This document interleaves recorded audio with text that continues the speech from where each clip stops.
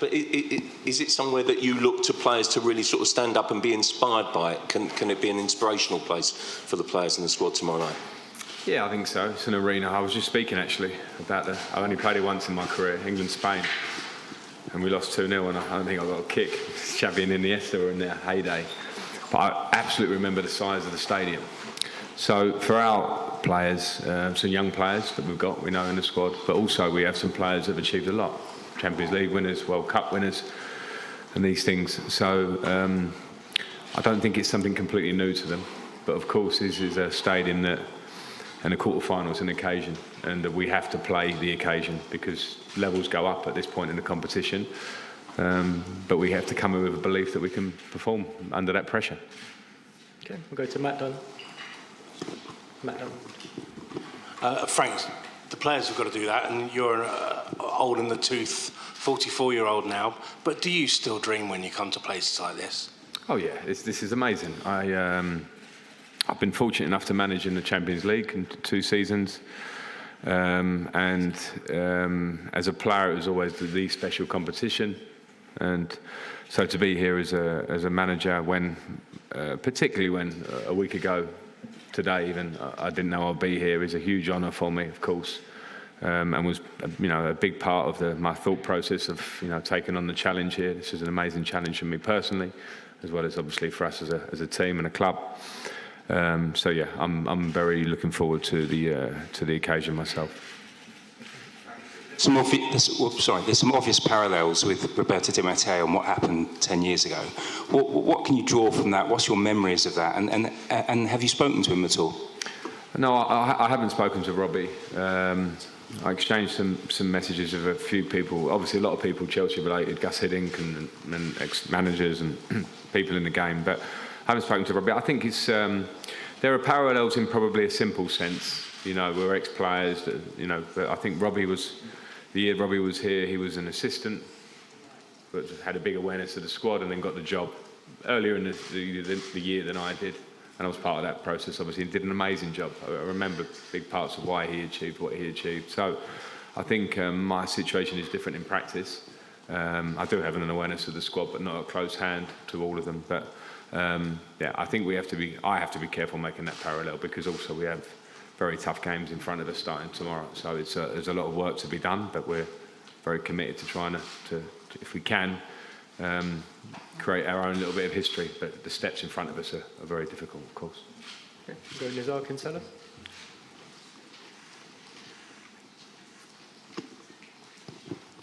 Hi Frank, this squad seems to perform better in the Champions League than the Premier League. Is there something about this competition or this group of players even that sort of plays better in Europe than they do in the league? I'm not sure.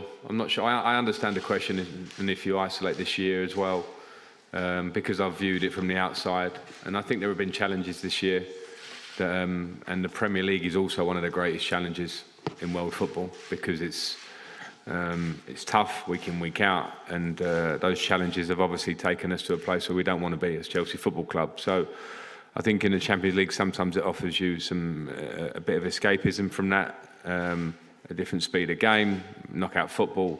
Those things can all contribute to getting a different success in the same season. I think when you get to this stage in the competition, I think you're playing teams of the level of Real Madrid, teams of the level who will be waiting for either team in the semi-final. So I think now the comparisons are sort of pretty worthless. It's all about what's in front of you.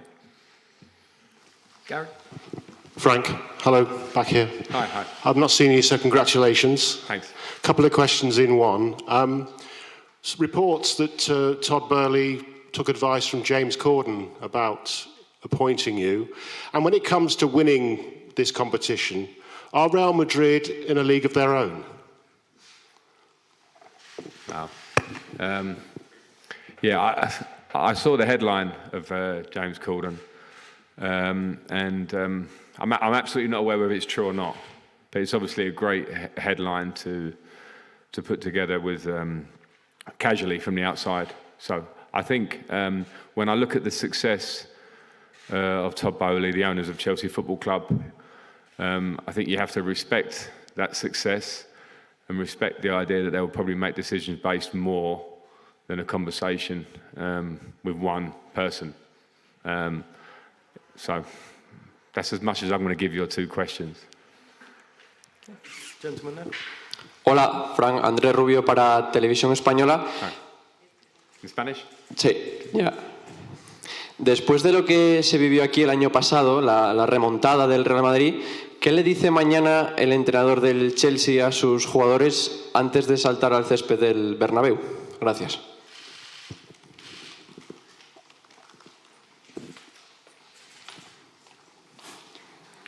Okay, I think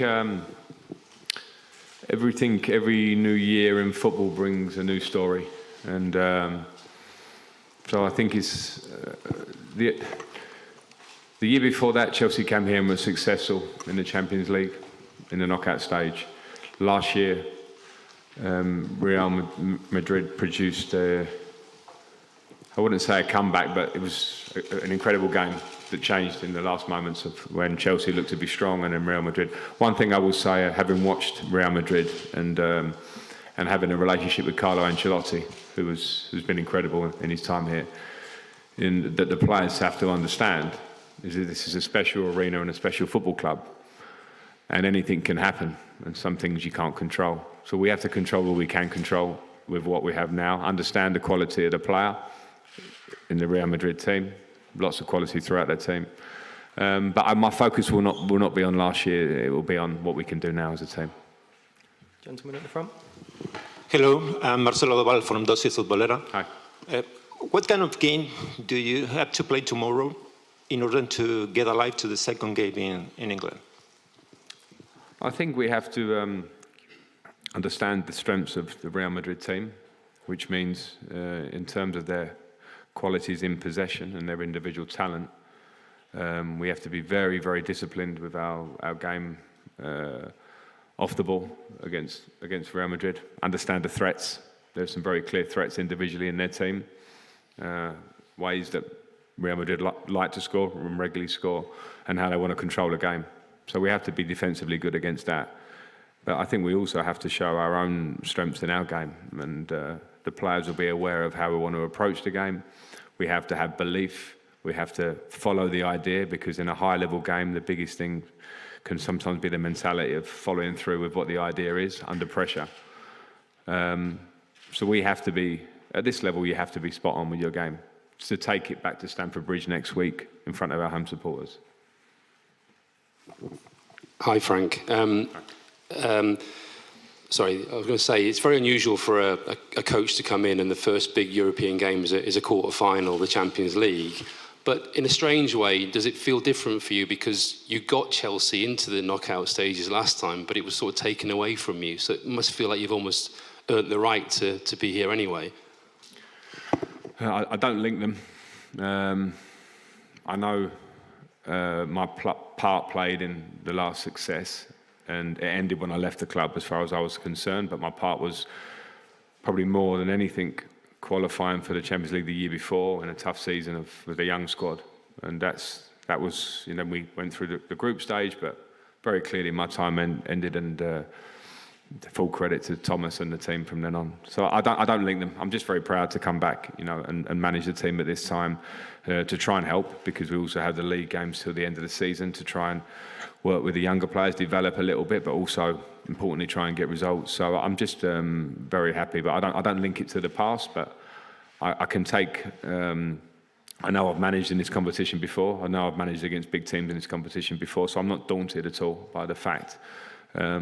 In fact, I'm more excited than anything that I get the opportunity. Tom? Frank, you mentioned about the aura of playing in the Bernabeu, and also earlier about the fact there are some young players in your team and squad, but also players who have made a load of achievements. But do you have the leaders in the squad as well? Because it is a young team, isn't it? So do you have the leaders to deal with that environment, this environment, and get the team through it?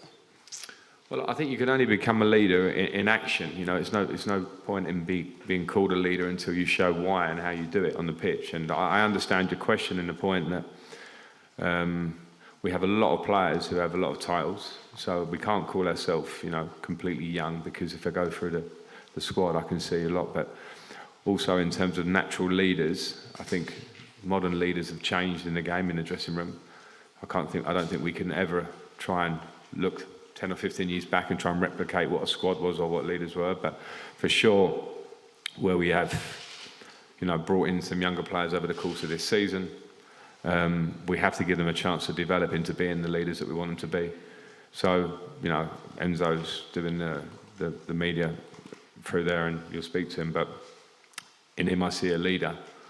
But he's 21, 22 years of age. I think it's very difficult for us to sort of really equate him to being that, so he'll have to find his way. Games like tomorrow are a great chance to perform and show that personality that makes you a proper leader. Hi, Frank. Just on the team news, are Thiago, Mason and N'Golo ready to be involved tomorrow? And then also, in terms of the belief and character that you need to show, this team's character has been questioned at times this season when there have been setbacks. It seems they haven't responded that well. How do you feel that you can affect that? Well, they're all fit. The ones you mentioned are all in the squad. The three players you mentioned are good, and they're here. In terms of character, I think it's usual. It's normal in a season where a club like us falls below what the levels we want, that the character gets questioned. It's one of the first things probably to get questioned at times in defeat, more often than not. And the only thing the players can do is prove it on pitch, where people can view it and where they can see it. There's a lot of work that I and we do behind the scenes on the training pitch, around the dressing room, talking with the players. And you can only, my job is to convey to them the need to train at a level, to have a mentality at a certain level, individually and as a group. And then the rest they have to show it. It's no good, you can talk as much as you want, but the players have to show that sort of stuff on the pitch. So I'm absolutely not questioning the fact that I have a lot of character in that group, because I've seen the dressing room and I understand football, and there is character. Nobody wants to not win a football match, for instance. But sometimes players can take a hit on confidence, and something that can be a lack of confidence can look like a lack of character, things like that. So that's my job to quite quickly, because I've only been here a short time, to find those areas, find out which players need help, or the group, how it needs help, try and give it the help it needs, and then it's up to them. James. Hi, Frank. Just one about N'Golo.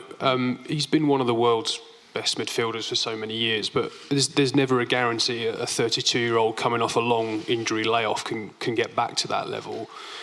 Do you think he can get there, and just how important will he be for you tomorrow? I think N'Golo's a special player. And I understand what you mean when you talk about consistency, and the problem, the difficulties N'Golo's had recently are injuries. But in terms of coming back and playing at a really high level, I've witnessed him do it. He did it in the Super Cup final for me against Liverpool a few years ago. He had to pass a fitness test, hadn't trained for a long time, and he was best player on the pitch for 120 minutes, pretty much. So I think he has the capacity to do that because he's a special player. So hopefully he can do that for us, because he's that high level of player. And when we miss him as a club, we miss him because of how good he is. So it's a positive for this, that he's back for sure. Okay, we'll do two more. Gentleman in the middle, and then finish with Simon Johnson. Aquí, Frank. Diego Plaza, para el Chiringuito. Hablaba de la calidad individual de la plantilla del Real Madrid. No sé qué jugador del Real Madrid le preocupa más y si tiene algún plan especial para parar a alguno, ya sea Vinicius, Benzema, Rodrigo.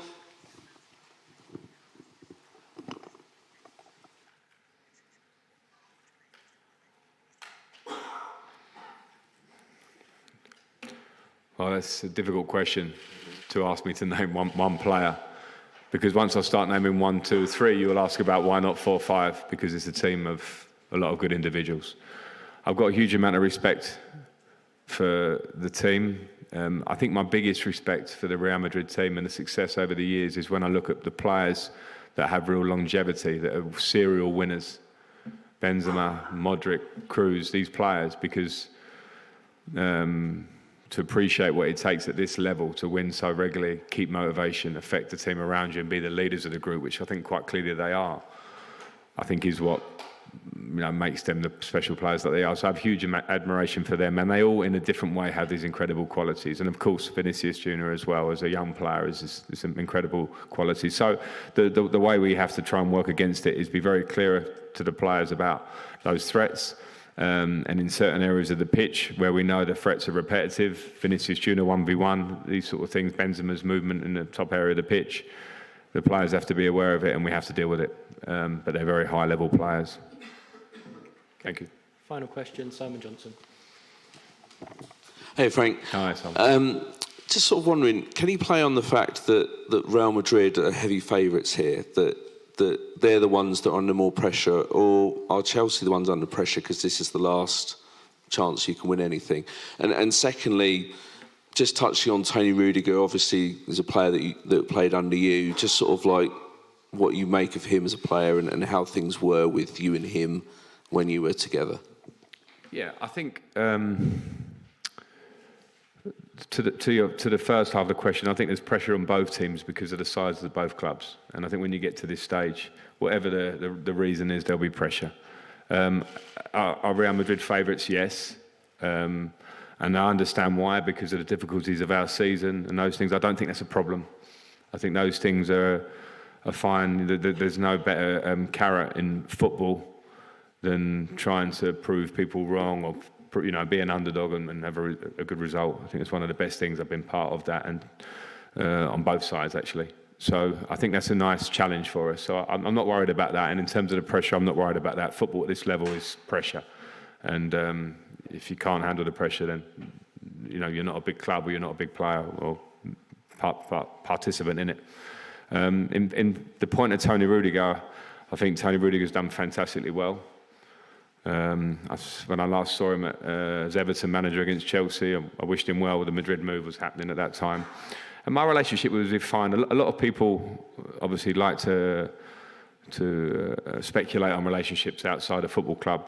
And as a manager of Chelsea, which I was and which I am again now, you have 25, 27 players. You have decisions to make every week. Antonio Rudiger played a lot for me.